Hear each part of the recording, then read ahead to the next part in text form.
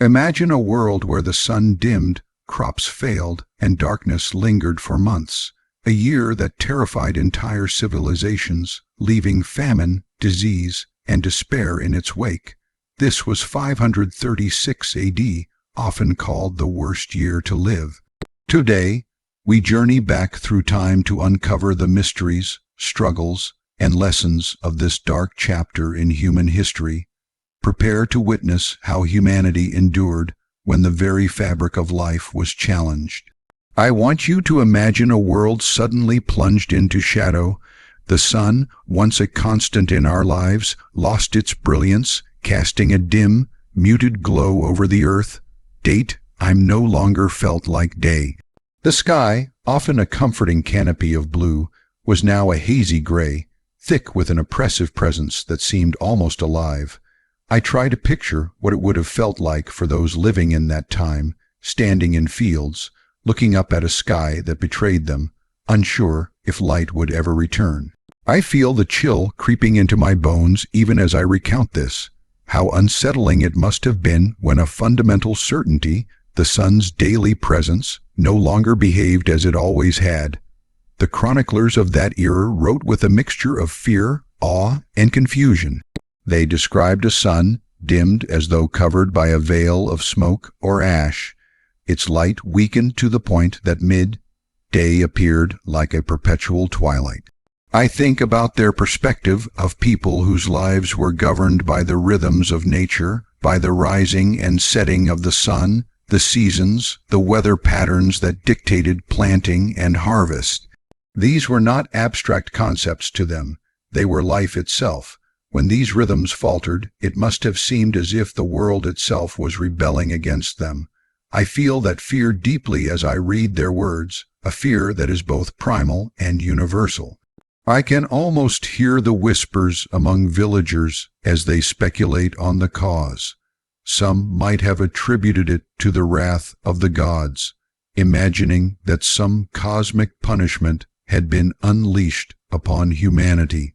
Others perhaps feared the end of the world, recalling prophecies or legends about darkness and catastrophe. I find myself transported into their minds, where superstition and faith intertwine with observation. I sense the urgency in their daily lives, not just to survive, but to interpret the meaning of what was happening around them. Every shadow, every cold gust of wind, every day without proper sunlight carried a moral and existential weight. The environmental effects of this darkness were immediate and tangible. Crops failed in fields where they should have flourished. Seeds that once sprouted reliably refused to grow under the diminished light, or they grew weak and stunted, providing little nourishment. I imagine farmers tending to their lands with growing desperation, feeling helpless as nature itself seemed to betray them.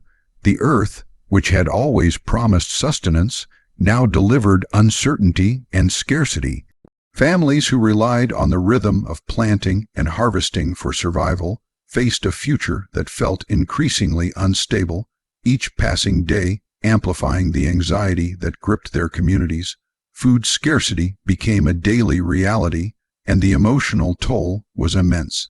I picture mothers and fathers staring at empty granaries, counting the little they had, rationing it carefully among children and elders. Villages whispered of others a few miles away who had perished or fled. The social fabric, once a source of security, was strained. I feel their despair, the helplessness, and the tension that must have filled households. Hunger is not just a physical sensation. It penetrates the mind, fueling anxiety, despair, and fear of what tomorrow might bring. Standing in that imagined village square, I can almost hear the muted groans of families and the murmurs of prayers for reprieve. Yet, amid fear and suffering, human resilience began to emerge. I think about the small acts of perseverance, families sharing what little they had, neighbors helping each other tend to weak crops, communities attempting to maintain order and hope despite the darkness. I feel inspired by the courage it took to endure, even when nature itself seemed cruel and unforgiving. survival became an act of constant vigilance, creativity, and faith. I reflect on the tension between fear and hope, despair and determination, and I sense that these are universal aspects of the human condition that resonate across centuries. The darkness affected not only physical survival, but also psychological well-being. I imagine people waking each day, uncertain whether the sun would provide enough light for them to work or find food. Anxiety must have been pervasive, infiltrating every conversation, every decision. I think about the children growing up in these shadowed conditions, learning to live in uncertainty, forming memories of a world that was not as it should be. I feel a deep empathy for them, for the generation shaped by fear and scarcity, whose early experiences would color their understanding of life and survival. As I reflect, I also consider the broader human context. Empires, kingdoms, and communities that had seemed stable suddenly faced new vulnerabilities. Political leaders were forced to respond to the crisis, making difficult decisions about the distribution of food and the maintenance of order. I imagine emperors, kings, and local officials poring over reports of famine, weighing their capacity to intervene, and confronting the stark reality that even the most powerful could not control the elements. The darkness, in effect, became a great equalizer, humbling rulers and subjects alike. I sense the pressure, the moral dilemmas, and the tension inherent in leadership during times of environmental catastrophe. The cultural response to this darkness was fascinating. People turned to religion, ritual, and storytelling to make sense of what was happening. I imagine gatherings in temples, churches, and homes where communities sought guidance, solace, and explanations. I feel their yearning for understanding, the human need to impose meaning on chaos. In some ways, this crisis spurred creativity as people attempted to articulate their experiences, record the events, and pass down lessons to future generations. The darkness, though terrifying, became a catalyst for reflection and for the codification of memory. I also try to visualize the landscapes affected by the dim sun. Forests seemed darker, rivers colder, and mountains shrouded in an unusual mist. I feel the eeriness of a world where even familiar places no longer seemed comforting. Travelers and merchants would have been cautious, navigating through a shadowed environment, uncertain about what dangers lay ahead. I sense the tension between exploration and survival, between curiosity and fear. Everyday life became a negotiation with an unpredictable and sometimes hostile environment. This period also reminds me of the fragility of human reliance on nature. A single environmental disruption could cascade into famine, social unrest, and mortality. I reflect on how communities had to rapidly adapt or face extinction. I feel a connection with them, recognizing that human ingenuity, cooperation, and resilience were not modern inventions. They have been essential since time immemorial. Observing their strategies to survive, the rationing of food, the migration to more fertile lands, the reliance on communal support, I feel admiration for their tenacity and resourcefulness. As I recount these events, I am struck by the contrast between historical perception and modern understanding. At the time, people experienced darkness as an existential threat, interpreting it through religious, moral, or mystical frameworks. Today, we can analyze tree rings, ice cores, and volcanic deposits to reconstruct what happened scientifically. I feel a sense of humility, realizing that while we can now explain the mechanisms, the lived experience of those who endured the darkness remains vivid, raw, and profoundly human.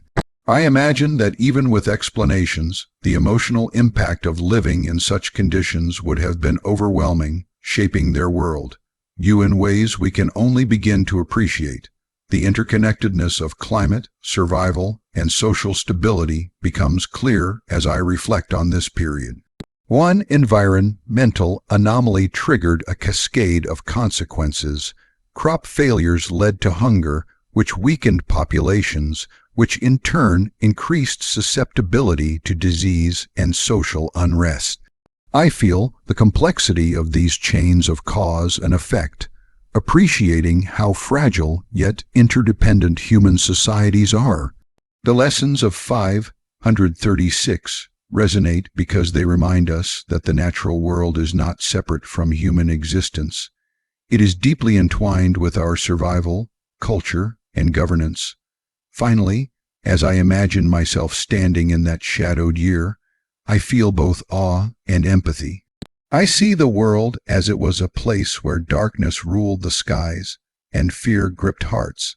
I feel the struggle of families, the burden on leaders, the anxiety of children, and the determination of communities trying to endure.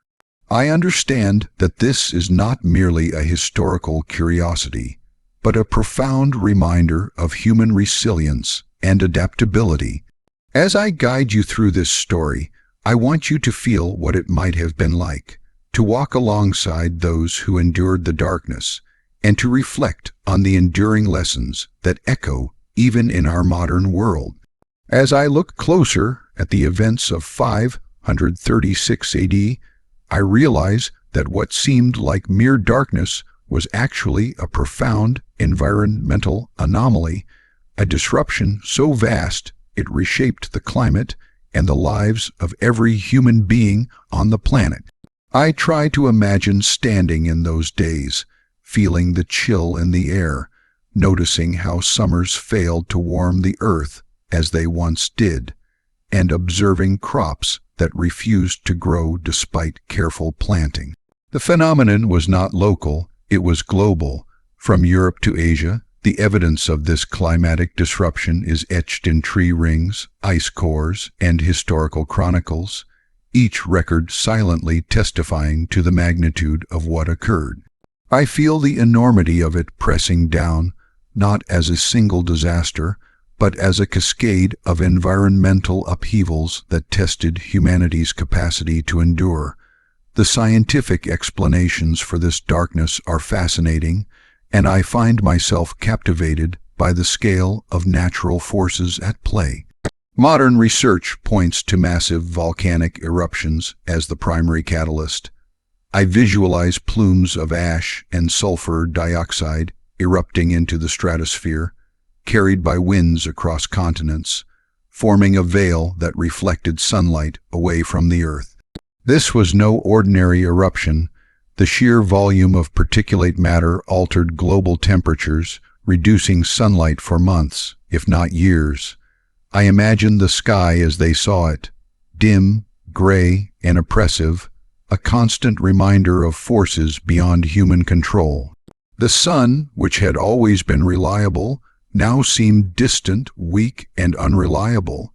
As I reflect on the human experience, I feel the confusion and fear that must have gripped communities. Without modern science to explain what was happening, people likely turned to religion, superstition, and speculation. Some may have interpreted the darkness as divine punishment, others as a harbinger of the apocalypse. I try to put myself in their shoes, a farmer looking at his failing crops, a merchant observing trade falter due to scarcity, a parent worrying about the survival of their children. The environmental anomaly wasn't merely a scientific curiosity. It was a visceral, existential crisis. Every human action was now shadowed by uncertainty, and every day felt like a negotiation with an unpredictable natural world. The effects on agriculture were immediate and devastating. I picture myself walking through fields that should have been lush with grain and vegetables, only to find them stunted, wilted, and failing to produce. Harvests were reduced or entirely lost, and famine became a looming threat. Communities that had once depended on the predictability of seasons now faced profound insecurity. I think about how this would have affected trade, merchants traveling long distances to sell grain, only to find supply unreliable, markets destabilized, wealth concentrated in the hands of those who could store food, while the poor suffered most acutely. The climatic anomaly, in other words, had consequences far beyond the weather. It disrupted the economic and social fabric of societies. Temperature records reconstructed from tree rings tell a story of persistent cold, one that did not simply last a few months but extended for years. I imagine summers that should have brought warmth, light, and growth, instead bringing unseasonable frost or cool winds. Rivers and lakes may have been colder, forests less dense, and snowfall occurring at unusual times. The chill must have been oppressive, affecting human health, livestock survival, and agricultural productivity. As I envision this, I feel the fragility of human dependence on climate, realizing that even a single year of extreme anomaly could ripple outward, impacting communities, governments, and civilizations. The volcanic winter created not only cold, but also a sky filled with dust and ash. I picture the air carrying a faint, acrid smell, sunlight diffused into a perpetual twilight, and stars shining more faintly or appearing distorted through the haze. Daily life was transformed. Outdoor work became difficult, journeys dangerous, and food production uncertain. I try to imagine how people adapted, changing work hours to maximize light, conserving energy and food, relying on communal sharing, or even moving to more fertile areas. I feel admiration for the resilience that communities exhibited in the face of such extreme environmental stress. Disease became another consequence intertwined with the climatic anomaly. Crops failing meant that populations were malnourished, and weakened immune systems made communities more vulnerable to pathogens. Although the Justinian plague would strike a decade later, I can see how the environmental stresses of the volcanic winter set the stage for such epidemics. I imagine villages struggling not only to survive the cold and scarcity, but also fearing sickness, the compounding anxiety and mortality creating a cycle of vulnerability. I feel the human suffering as intensely as if I were walking among those communities, witnessing lives stretched thin by forces they could neither predict nor control. Modern research into volcanic eruptions provides a clearer sense of scale. I imagine an eruption so massive that it expelled tens of cubic kilometers of ash and gas into the atmosphere. This material traveled across continents, settling in layers upon glaciers and soils, evidence that scientists can now analyze centuries later.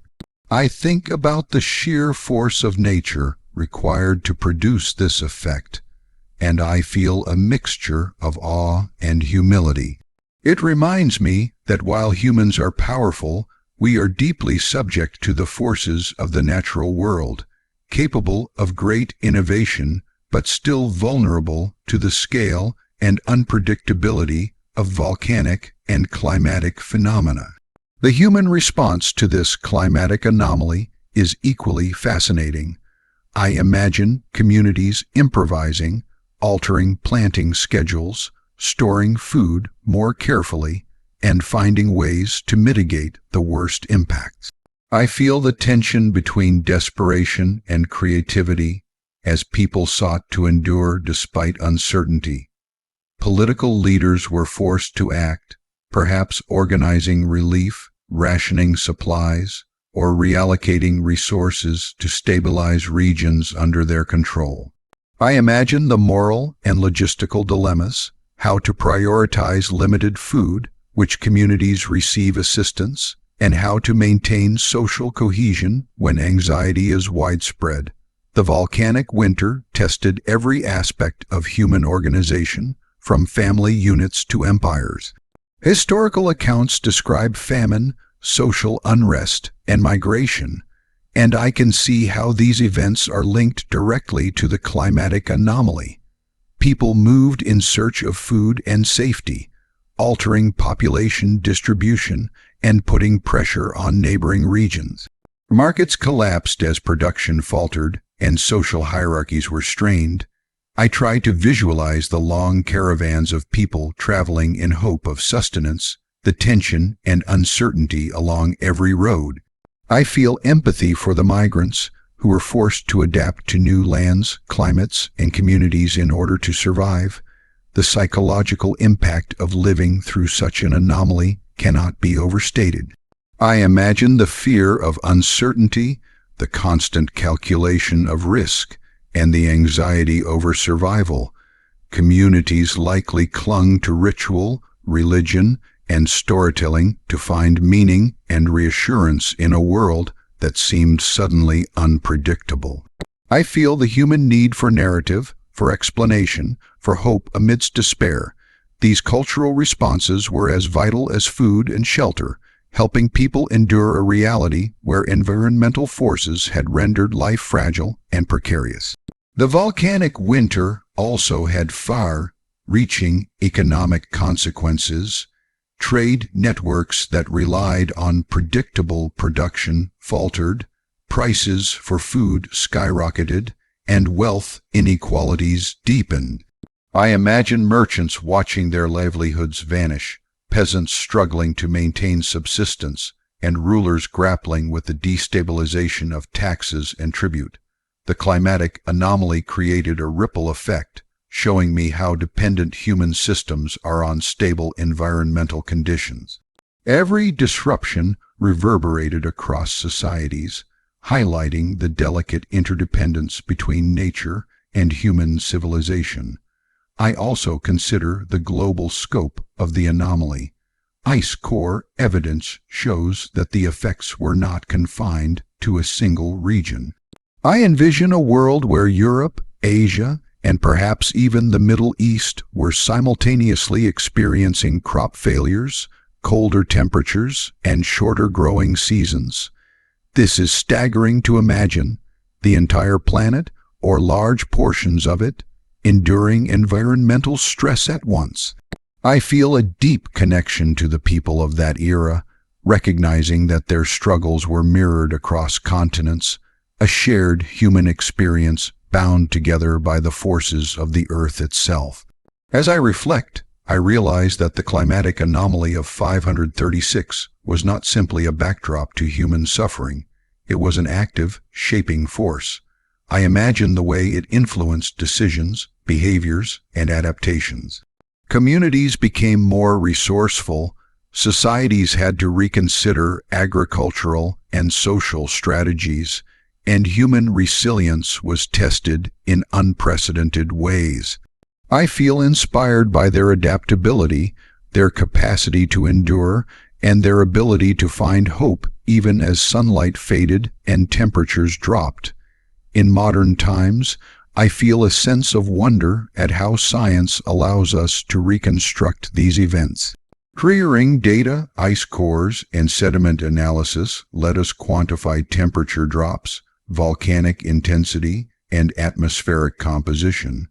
I feel a connection between past and present, understanding not only what happened but how it affected human societies, health, and political structures. It is humbling to realize that even without historical texts, the Earth itself preserves the memory of 536, allowing us to learn from the resilience and vulnerability of our ancestors. I also reflect on the lessons this climatic anomaly provides today. I consider how a single year of environmental disruption can cascade into famine, disease, and social upheaval. I feel a profound relevance in the context of modern climate challenges. Extreme weather events, volcanic eruptions, or global environmental shifts could similarly affect food security, health, and social stability. Studying 536 helps me understand the importance of preparedness, adaptation, and cooperation. It teaches me that resilience is not optional. It is essential for survival in the face of forces that humans cannot control. As I recount these events, I imagine standing in the shadow of the volcanic plumes, feeling the chill, seeing the dimmed sun, and listening to the anxiety that pervaded every village, town, and city. I feel the magnitude of the anomaly, the human responses, and the cascading consequences. I understand that this was not just a single year of darkness.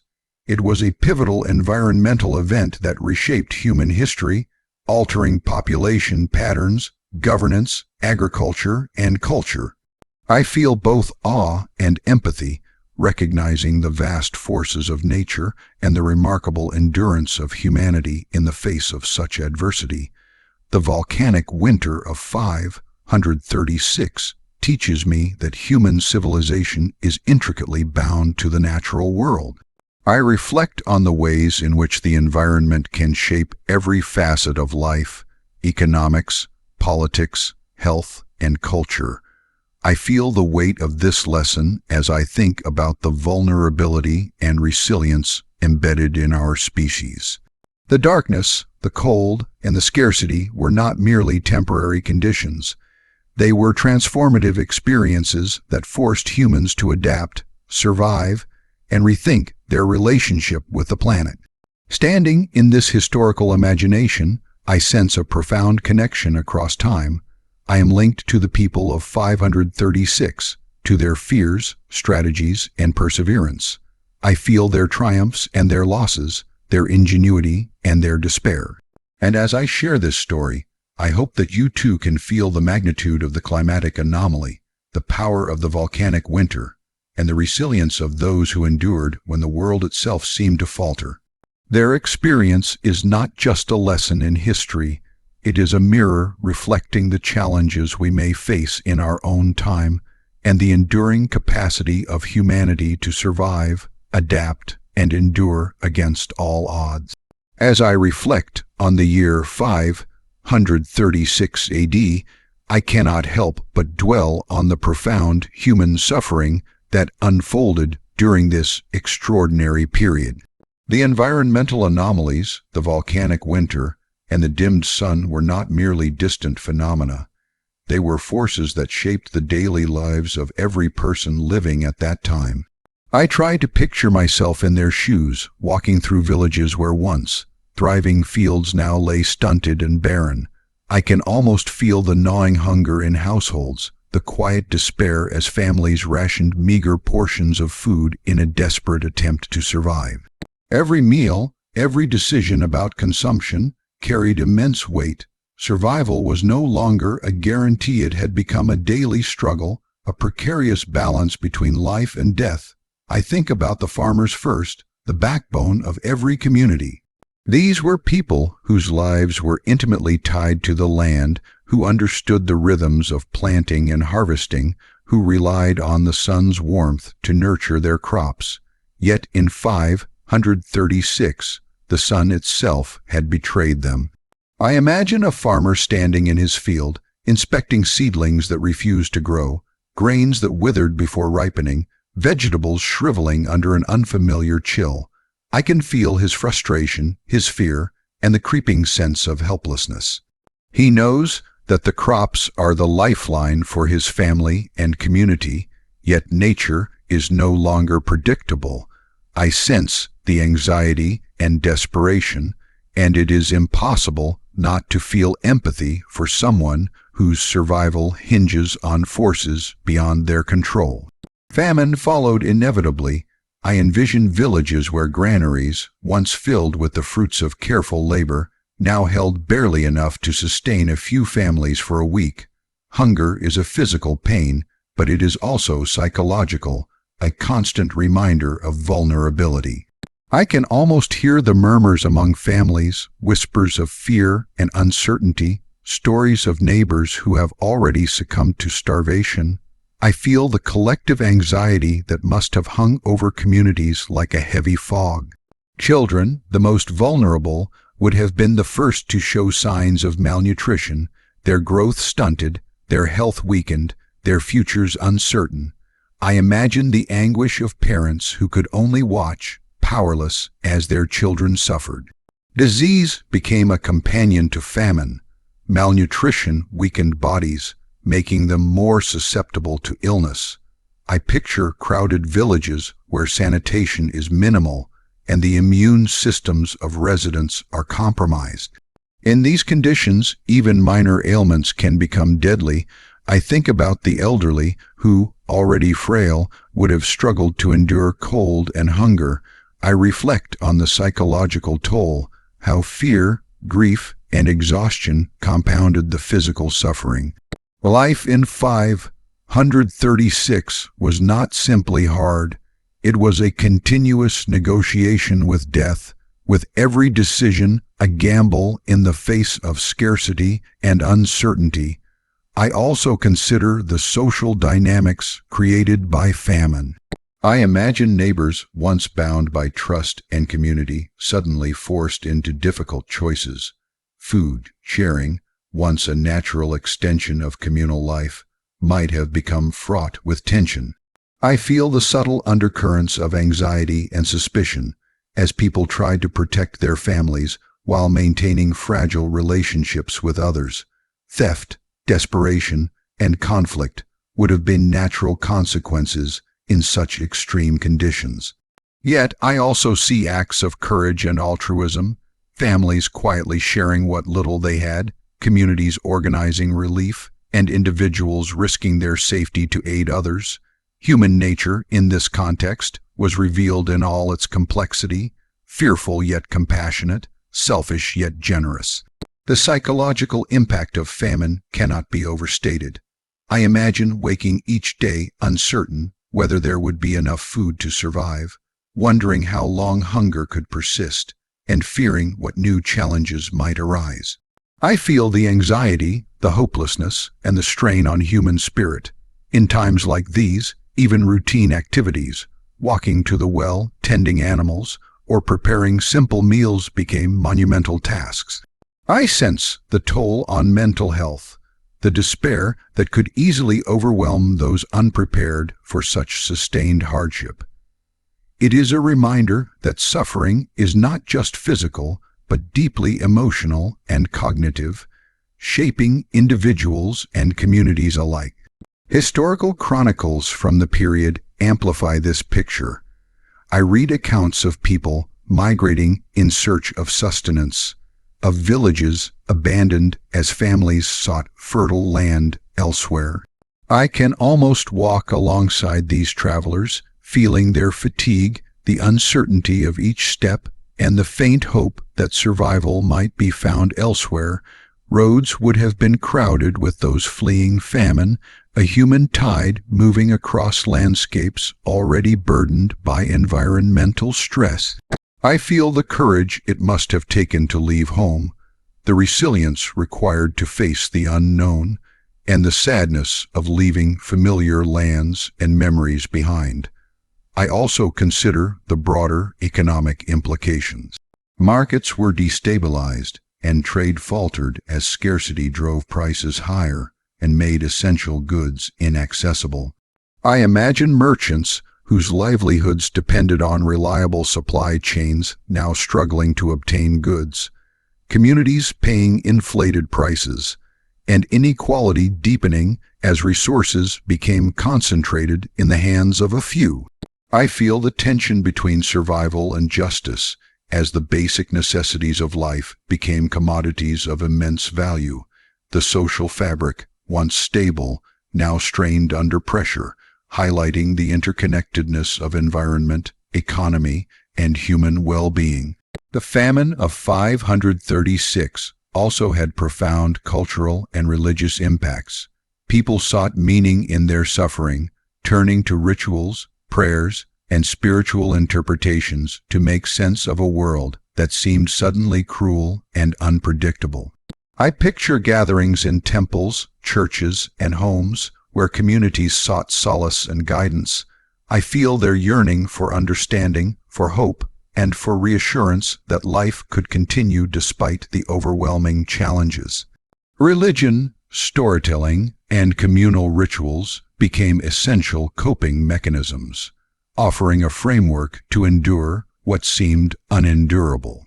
In imagining the daily life of a person in 536, I see the meticulous rationing of food, the careful management of livestock, the use of foraged wild plants, and the relentless search for alternative sources of nutrition. Every meal, every morsel, became a strategic decision. I can feel the calculation, the worry, and the ingenuity that humans employed to survive. Even in the darkest times, I sense the flicker of human ingenuity, the small adaptations and innovations that allowed communities to endure against seemingly insurmountable odds. Children, in particular, were vulnerable yet resilient. I picture them navigating a world of scarcity, learning early lessons about survival, cooperation, and adaptation. I feel the sadness of their deprivation, but also a sense of awe at their endurance. They grew up with an acute awareness of mortality, their formative years shaped by the uncertainty and challenges that adults struggled to manage. In these conditions, the lessons learned were hard, yet they were also formative, teaching resourcefulness, empathy, and the importance of community in survival. As I reflect, I also think about the impact on leadership and governance. Leaders faced immense pressure to provide relief, maintain order, and prevent chaos. I imagine councils and courts convening, debates about rationing, and the difficult decisions of prioritizing scarce resources. I feel the moral weight of leadership in such times, how even the most well-intentioned policies could fail, and how mistakes could cost lives. It is a stark reminder that environmental disasters ripple through every layer of society, challenging both ordinary citizens and those in positions of authority. The famine also reshaped demographics and settlement patterns. I imagine some regions depopulated as people fled to areas with better prospects, while other areas struggled under the sudden influx of displaced populations. I feel the tension between those trying to protect their own survival and those seeking refuge, the complex interplay of empathy, fear, and self-preservation that emerges in times of crisis. Migration, while necessary, brought new challenges, including competition for limited resources, social tension, and the risk of spreading disease. The human story of 536 is one of constant movement and adaptation, of navigating uncertainty at every level of life. I think about the long-term consequences of this famine. Malnutrition weakened populations, reducing their resilience against subsequent crises. I picture weakened communities vulnerable to disease, political instability, and social unrest. I feel the tragic inevitability of compounded suffering as one disaster sets the stage for another. The events of 536 were not isolated. They created a cascade of challenges that shaped generations, altering population dynamics, economic structures, and social cohesion. Yet, amid this suffering, human resilience shines through. I see communities coming together, neighbors sharing resources, and individuals taking extraordinary measures to protect loved ones. I feel a deep admiration for these acts of courage and solidarity. Even when the world seemed to be collapsing around them, humans found ways to endure, to persevere, and to support one another. This resilience, I realize, is as essential a part of the story as the famine itself. It is a testament to the human spirit and the capacity to survive even under extreme adversity. As I stand in the imagination of 536, I feel the depth of human suffering, but I also feel connection, empathy, and respect for those who endured. I can almost taste the scarcity, feel the chill in the air, hear the quiet desperation, and witness the courage that allowed people to survive. Their experience is a reminder that human suffering is not abstract. It is lived, tangible, and profound. And it is a lesson for all of us, showing the fragility of life, the importance of resilience, and the enduring power of human solidarity in the face of catastrophe. The famine of 536 teaches me that survival is not guaranteed, that life can change dramatically in a short period, and that environmental, social, and political forces are intimately connected. I feel humbled by the enormity of what people endured, and I am inspired by the courage and adaptability they demonstrated. As I share this story, I want you to feel the weight of their struggle, the resilience they showed, and the lessons that echo across centuries, reminding us of our vulnerability, our responsibility, and our capacity to endure even when the world seems determined to challenge us at every turn. As I think about the events of 536 AD, I realize that the darkness, the famine, and the chilling cold did not simply affect the environment or individual households. They reshaped the very fabric of society and tested the limits of political authority. I try to imagine myself living in a city ruled by an emperor or a local governor, where the responsibilities of leadership suddenly became a question of life and death for thousands. The sun's dimness, the failed harvests, and the scarcity of food were not abstract concepts to rulers. They were urgent crises that demanded immediate decisions, strategies, and action.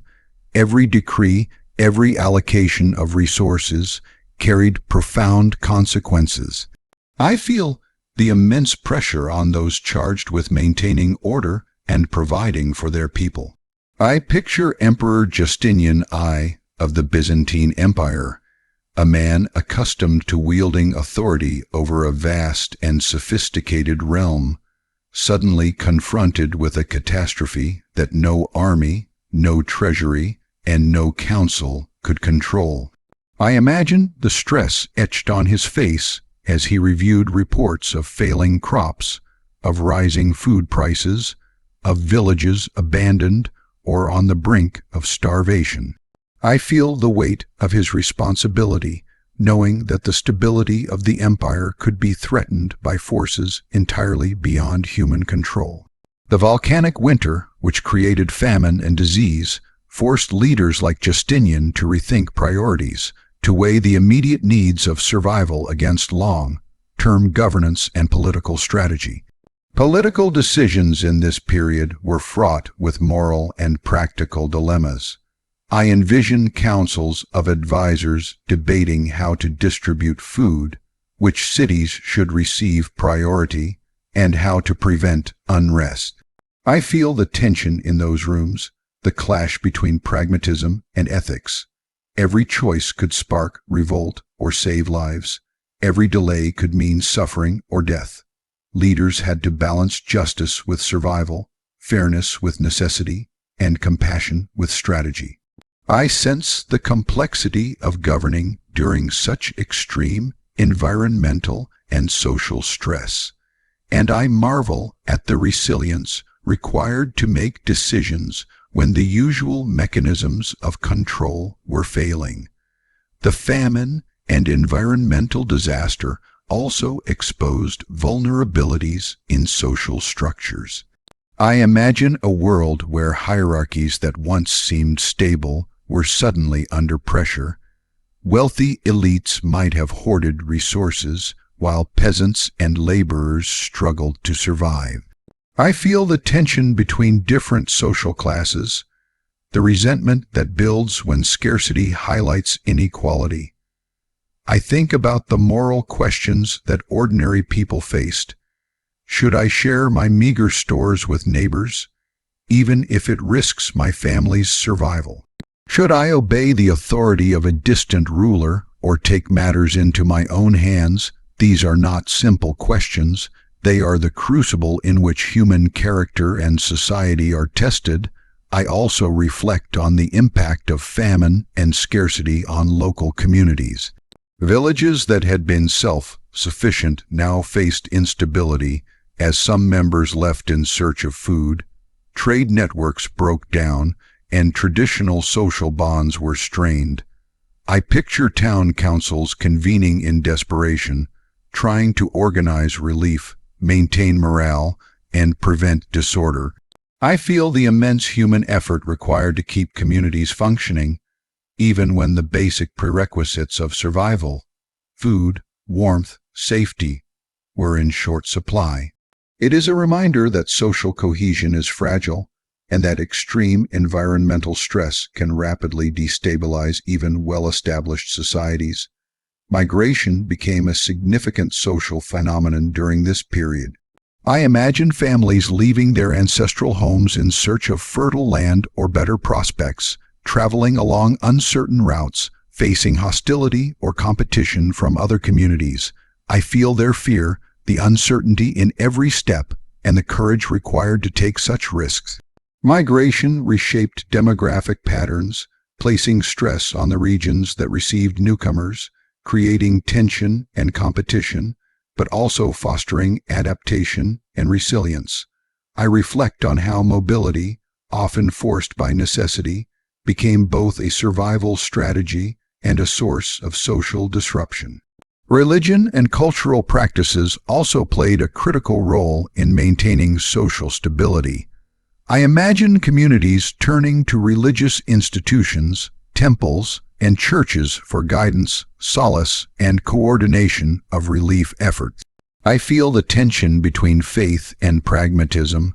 Rituals and prayers offered psychological comfort, but practical actions, rationing, redistribution, labor organization, were essential for survival. I can see how religious leaders became central figures, guiding communities through uncertainty, mediating disputes, and providing moral frameworks in a world that seemed increasingly chaotic. Political authority was often tested by rebellion and unrest. I imagine towns where the populace, hungry and desperate, questioned the competence or fairness of local leaders. I feel the tension in those streets, the whispered plans of revolt, the delicate balance between obedience and survival. Leaders had to anticipate unrest, sometimes negotiating, sometimes coercing, and always aware that failure could result in disorder or violence. The environment, in this sense, became a political actor, shaping the power dynamics of the time and forcing rulers to respond in ways that were unprecedented and urgent. I also consider the long-term implications of these political and social pressures. Communities weakened by famine and disease became more vulnerable to external threats, invasions, and political fragmentation. I imagine regional governors struggling to maintain loyalty and control, balancing the immediate needs of the people with the broader strategic interests of the state.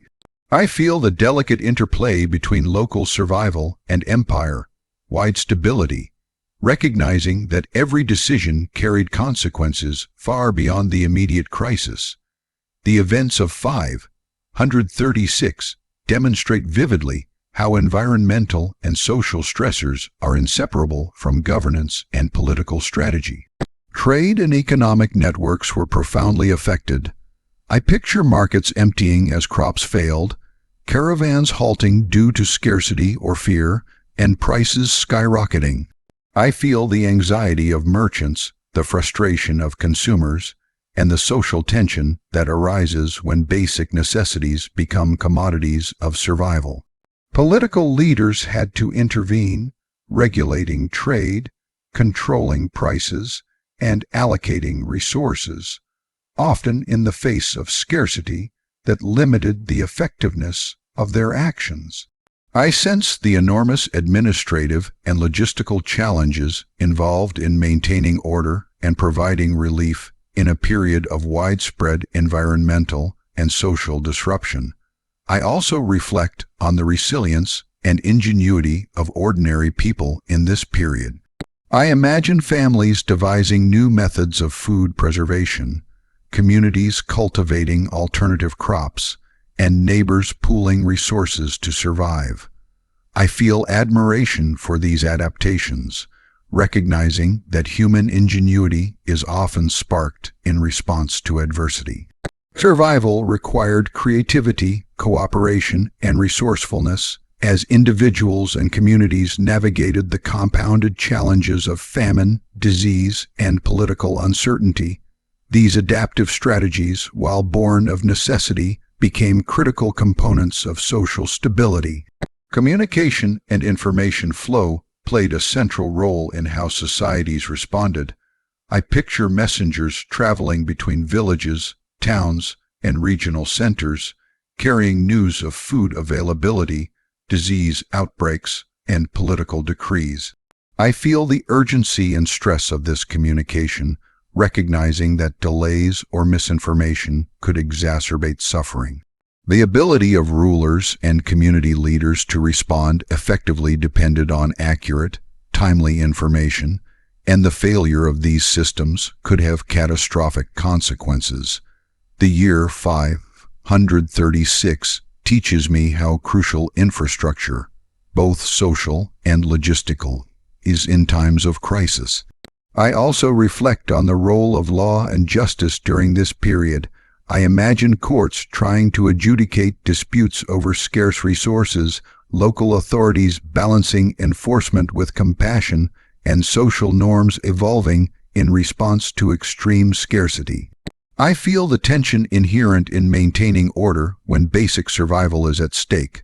Legal frameworks, social norms, and political authority were all tested, revealing both the resilience and fragility of human institutions. The crises of 536 illustrate how deeply intertwined environmental stress and political authority can be, shaping societal evolution in ways that are enduring and profound. Education and cultural transmission were affected as well. I picture children growing up in households and communities preoccupied with survival, learning practical skills, and absorbing lessons of endurance and adaptation. I feel the profound impact of these formative experiences, recognizing that the crisis did not just threaten lives in the present, it shaped the values, knowledge, and resilience of future generations. Societies had to transmit not only practical survival strategies, but also moral and cultural frameworks that enabled cohesion under extreme pressure. I consider the interplay of fear and solidarity in these social dynamics. I imagine communities where anxiety could lead to conflict, but also where cooperation and mutual aid were essential for survival. I feel the delicate balance between self-preservation and collective responsibility, recognizing that social cohesion is both a moral choice and a practical necessity in times of crisis. The political and social challenges of 536 demonstrate how environmental disruption can reveal the best and worst of human behavior, highlighting both vulnerability and resilience. As I reflect on the political impact, I also think about the broader historical consequences. I imagine weakened states struggling to defend borders, shifting alliances, and the long-term destabilization of empires. I feel the magnitude of these cascading effects, recognizing that the volcanic winter and famine did not just create immediate suffering, they reshaped the trajectory of civilizations. The decisions made by leaders, communities, and individuals in 536 had consequences that echoed through subsequent decades, influencing the rise and fall of empires, the migration of peoples, and the evolution of social norms. Finally, as I stand in the historical imagination of 536, I sense the profound connection between environmental catastrophe, human suffering, and political and social structures. I feel the pressure on leaders, the struggles of communities, and the resilience of ordinary people. I see how the Year of Darkness was not just an environmental event, but a catalyst that reshaped the human experience. The political and social impacts were profound, revealing both the fragility and adaptability of human institutions.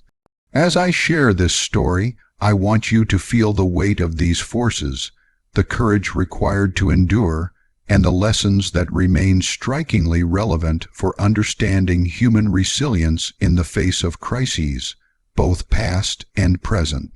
As I reflect on the events of 536 AD, I realize that the darkness, famine, and societal upheaval were not merely immediate crises. They were catalysts for profound and long-lasting changes that rippled through history. I try to picture myself standing at the crossroads of this period, observing the ways in which environmental catastrophe reshaped human societies, economies, politics, and cultures for generations to come. The volcanic winter and ensuing famine were not isolated incidents. They were turning points, forcing humanity to adapt, innovate, and reconsider its relationship with nature. I feel the weight of this history, knowing that the events of this year echo far beyond the immediate suffering of those who lived through it. One of the most significant long-term consequences was demographic change. I imagine entire villages depopulated, not just by famine, but by disease and migration. Communities weakened by malnutrition became more susceptible to illness, and the mortality rate increased sharply. I picture families torn apart, children orphaned, and generations whose lives were irrevocably altered. I feel the profound sense of loss that must have pervaded these societies, as the familiar rhythms of life were disrupted and the social fabric stretched thin. Population decline also had economic consequences, as labor shortages hindered agriculture and trade, forcing communities to innovate or adapt in order to survive. Migration was another enduring effect. I imagine displaced populations moving to more fertile lands, seeking safety, food, and opportunity. These migrations reshaped demographic patterns across regions, leading to the mixing of cultures, traditions, and languages. I feel the tension and opportunity inherent in this movement, competition for resources, but also collaboration and cultural exchange. These migrations left lasting marks on the social and cultural landscapes of Europe, the Middle East, and Asia. Communities that had once been isolated now encountered new neighbors, ideas, and technologies, reshaping human interaction and accelerating the diffusion of knowledge. The famine and environmental stress also had profound effects on governance and political structures. I envision rulers and empires grappling with weakened populations, economic disruption, and social unrest. Some states struggled to maintain authority, while others adapted by reforming administrative systems or redistributing resources more efficiently. I feel the tension in these decisions, the necessity to respond to immediate crises while planning for long-term stability. The events of 536 revealed vulnerabilities in political systems and forced leaders to reconsider the resilience of their institutions. It is a stark reminder that environmental shocks can have cascading effects on governance, shaping the course of civilizations for decades or even centuries. Economic systems were similarly transformed.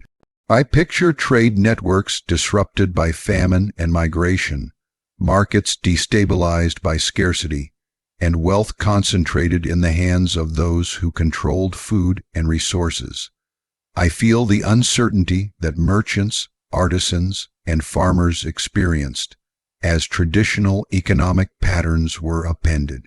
In response, communities developed new strategies, alternative crops, innovative storage methods, and more resilient trade networks. I see how necessity became a driver of creativity, pushing societies to adapt to new realities. The long-term economic consequences of 536 were not just hardship.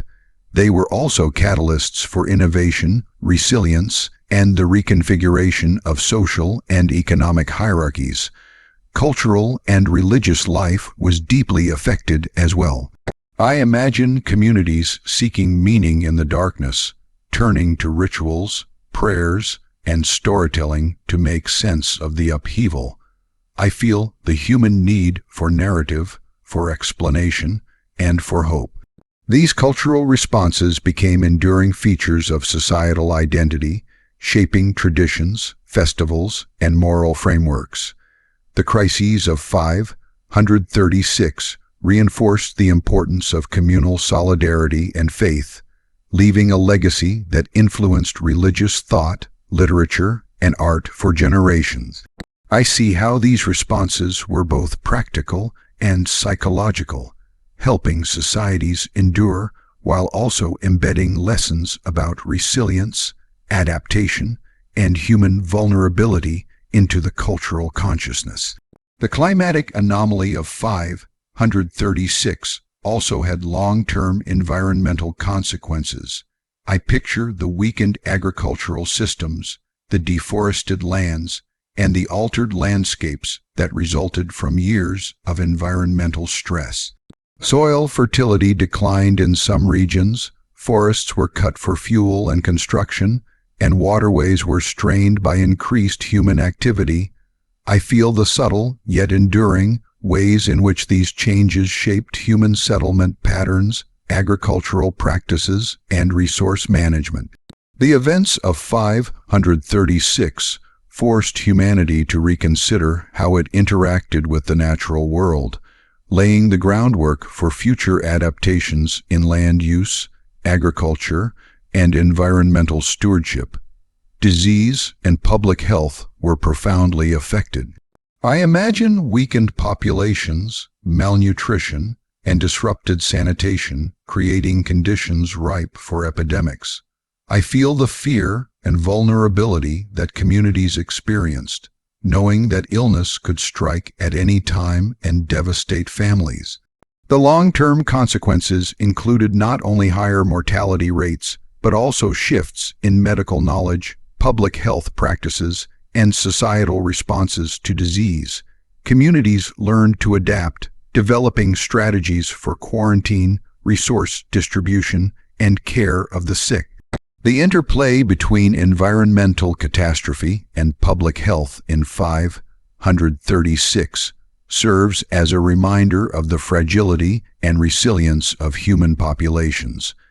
Political and social structures were also reshaped in ways that persisted long after the immediate crisis. I envision weakened empires, contested territories, and changing power dynamics as rulers sought to maintain control over populations and resources. I feel the tension between central authority and local autonomy as communities navigated the balance between obedience and survival. The events of 536 demonstrated that environmental shocks could destabilize even the most established political systems, creating opportunities for reform, innovation, or collapse. I see how these pressures influenced governance strategies, succession planning, and administrative reforms for decades afterward. I also reflect on the psychological and cultural imprint of 536. I imagine generations growing up with stories of darkness, famine, and suffering, internalizing lessons about vulnerability, resilience, and the importance of preparedness. I feel the lasting impact on human perception, shaping caution, resourcefulness, and communal solidarity. This shared memory of catastrophe influenced not only individual behavior, but also societal values, informing decision-making, religious practices, and social norms for generations. The psychological legacy of 536 demonstrates how extreme events can leave enduring marks on culture, identity, and collective memory. Education and knowledge transmission were affected as well. I picture children growing up in households preoccupied with survival, learning practical skills and strategies for resilience. I feel the dual nature of this education, the loss of certain luxuries and opportunities, but the gain of practical wisdom, adaptability, and community cohesion. Societies emerged from 536 with lessons that informed future generations, emphasizing the importance of preparation, cooperation, and resource management. I see how these lessons were embedded in culture, ritual, and oral tradition, influencing both practical and moral education. The volcanic winter and famine also reshaped religious and philosophical thought.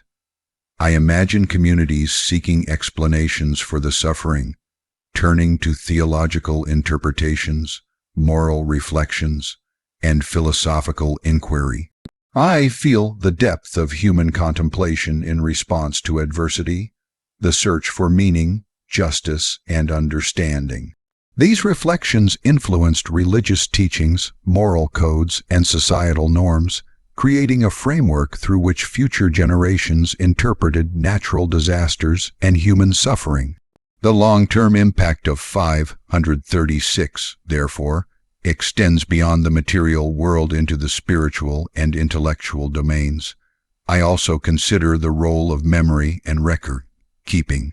I picture chroniclers, scribes, and historians documenting the events, preserving accounts of famine, social disruption, and environmental catastrophe. I feel the enduring power of these narratives, which allow us to reconstruct the events centuries later. The meticulous recording of experience became a form of resilience, ensuring that the lessons of 536 would not be lost. These records influenced subsequent generations, guiding responses to future crises and shaping historical consciousness.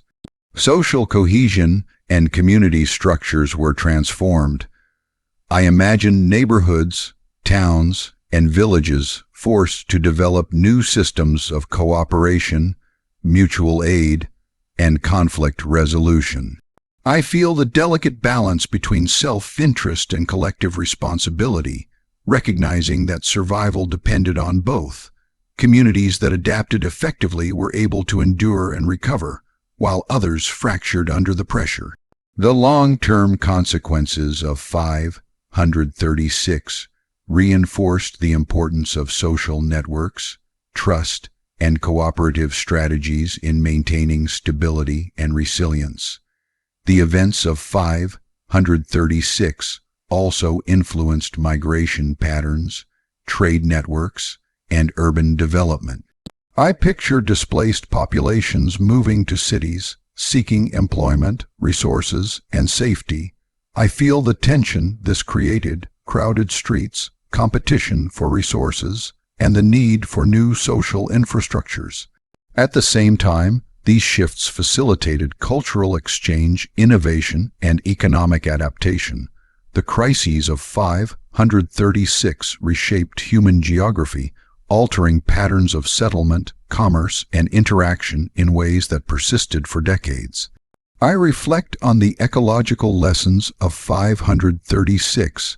I imagine communities forced to reconsider their relationship with the land, developing strategies for sustainable agriculture, forest management, and resource allocation.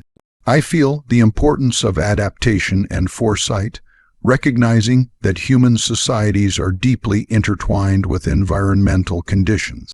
The volcanic winter and famine demonstrated the fragility of human systems and the necessity of resilience, shaping future approaches to environmental management, agriculture, and disaster preparedness. Finally, as I stand in the shadow of history, I feel the profound long-term consequences of 536. I see demographic shifts, migrations, weakened political systems, altered economies, cultural and religious transformations, and enduring lessons in resilience and adaptation.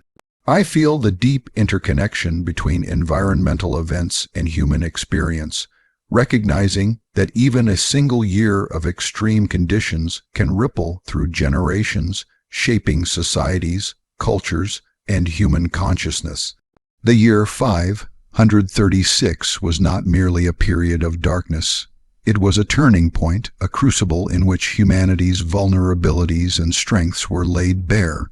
As I recount these events, I want you to feel the magnitude of their impact, not only the immediate suffering, but the enduring lessons that resonate across time. The long-term consequences of 536 remind us that human societies are deeply interconnected with the natural world, that resilience is essential, and that adaptation, cooperation, and foresight are critical for survival. I sense the courage, ingenuity, and perseverance of those who endured, and I hope that by understanding their experience, we can appreciate the enduring strength of the human spirit and the lessons history offers us in facing our own environmental and social challenges. As I sit with the weight of history on my shoulders, I reflect deeply on the events of 536 AD, and I begin to understand the immense lessons humanity can glean from such a year of darkness, famine, and upheaval. I try to imagine myself walking through the lives of those who endured these challenges, sensing their fear, resilience, and adaptability. Every struggle, every hardship, becomes a mirror reflecting not only the vulnerability of human societies, but also the remarkable capacity for endurance, learning, and transformation. I feel compelled to consider what they teach us, not just about survival, but about the broader human experience. One of the first lessons that strikes me is the fragility of human existence in the face of natural forces. I picture the dimmed sun, the failed crops, and the chilling cold that swept across regions, reminding me that human ingenuity, civilization, and technology are ultimately dependent on the environment. I feel the humbling realization that despite empires, armies, and wealth, people were rendered powerless against forces far greater than themselves. This teaches the profound importance of humility and understanding that no matter how advanced or organized a society becomes, it must respect and adapt to the natural world. The events of 536 show that survival is not just about strength or resources. It is about awareness, preparedness, and alignment with the rhythms of nature. I also sense the lesson of resilience etched into every aspect of human life during this period. I imagine families rationing food, communities sharing resources, and leaders striving to maintain order. I feel the determination, creativity, and courage that sustain them. Resilience, I realize, is not just an individual trait. It is a collective quality cultivated through shared struggle, cooperation, and empathy. The people of 536 endured unimaginable hardship, yet they adapted, innovated, and persevered. This reminds me that resilience is not the absence of suffering, but the capacity to navigate it, to learn from it, and to emerge stronger, even when circumstances are dire. Another lesson lies in the profound interconnection between environmental, social, and political systems. I picture weakened harvests causing famine, famine fueling social unrest, and unrest challenging political authority. I feel the intricate web of cause and effect, where a single environmental event cascaded into profound societal consequences. This teaches the value of holistic thinking, understanding that decisions in one domain ripple across many others. Modern societies, I realize, can learn from this interconnectedness, recognizing that climate, health, economy, and governance are deeply intertwined, and that neglecting one aspect can jeopardize the stability of all. The human capacity for adaptation is another striking lesson. I imagine displaced communities finding new lands, artisans developing new methods of food storage, and neighbors cooperating in extraordinary ways. I feel admiration for the ingenuity that emerges under pressure, the creative solutions that allow survival even when traditional systems fail. This reminds me that adaptability is a cornerstone of human progress. While the events of 536 were catastrophic, they also catalyzed innovation, reorganization, and the evolution of social, economic, and agricultural practices. Humanity's ability to adapt, to improvise, and to learn from crisis is both a practical and philosophical lesson, demonstrating the enduring strength of the human spirit. The moral and ethical dimensions of human behavior during this period also stand out. I imagine communities deciding whether to share scarce food, rulers deliberating on resource allocation, and individuals balancing survival with compassion. I feel the profound weight of these ethical choices. The lesson here is that adversity reveals the core of human character, our capacity for both selfishness and generosity, fear and courage, despair and hope. I realize that the true measure of humanity is not how easily we thrive in abundance, but how we act under pressure when the stakes are high and resources are scarce.